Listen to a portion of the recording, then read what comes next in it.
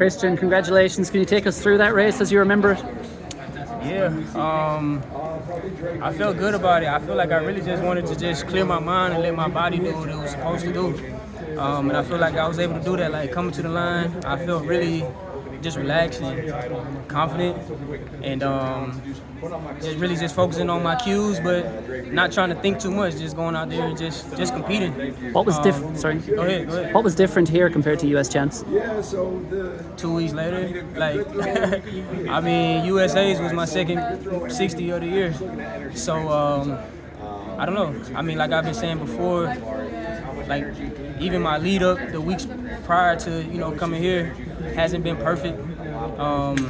Even a few weeks ago, I was questioning whether or not like I was going to do indoors. Like I definitely wanted to coming into the year, but just having a few like hiccups in my training. But I'm just like, is it worth it? But I just really had to just like, I don't know, like just look myself in the mirror, just like, man, I really do this. Like, so regardless if I feel like I'm absolutely ready, just get out there and compete. And I feel like I'm, made for these type of moments.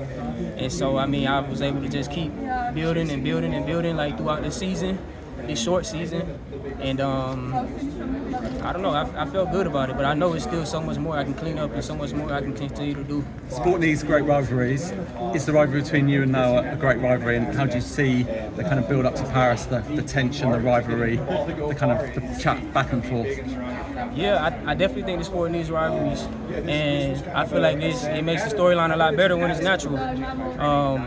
Because at the end of the day, like, Noah's a great competitor. He's a professional sprinter, and so am I. And he's very confident in his abilities, and I'm very confident in mine. And our skill sets are just vastly different, but we're both talented in our own right.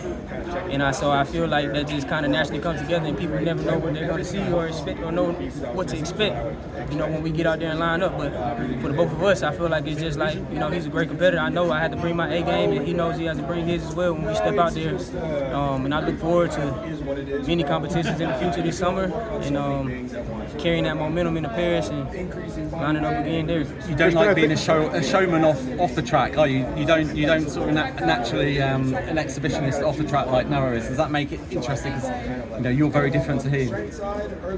Yeah, I mean, I just try to be myself. I feel like it's not that I'm not like charismatic or I'm not like silly or I don't like to laugh or I don't like to joke or whatever. Like, if you ask anybody who's close to me, it's just like I'm rarely serious, like ever.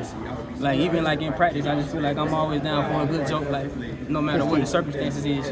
Christian, how have you changed from the world champion of 2018, 2019? One more time? How have you changed from the world champion of 2018 and 2019? You seem to be much more kind of relaxed these days.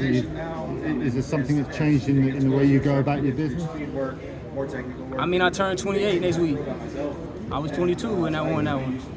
So, I mean, I feel like all of you guys have gone through your 20s, and from a year, 2, 3 years later, you're vastly different.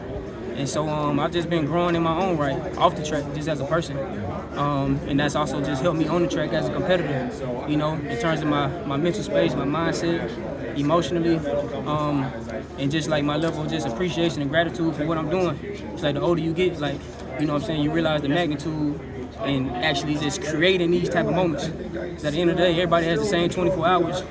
And I was able to come out here and work my way to get another world championship.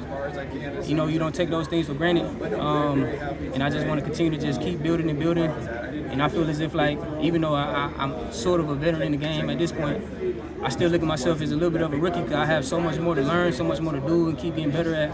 And so, I mean, you mentioned 2018, it's crazy, like, 6 years ago, it's just like... Do you feel a responsibility? With this title, do you think you're the greatest 60-meter runner ever? Ever. 100%. Yeah. Can you take down the world record again? I think so. Like I said, I feel like my lead up into this meet hasn't been perfect. So I felt as if like I was able to put together as good as races like I was able to today. But I feel like that's the exciting part, that I feel as if like my ceiling is so much higher and I have so much more to do. And I know that like I can continue to keep building and getting better and better and better. And I feel as if like whenever you run fast indoors, it always just bodes well for me going in the outdoors. When you get outside, you get some wind behind your back, and You can feel the sun on your skin a little bit, man. It just, you know, you get an extra like 10th of a second off your time. You know, minimum. It's just like, so I feel good about it, man. I feel good about like where I'm at right now. But I feel like the main thing is just staying focused on my process.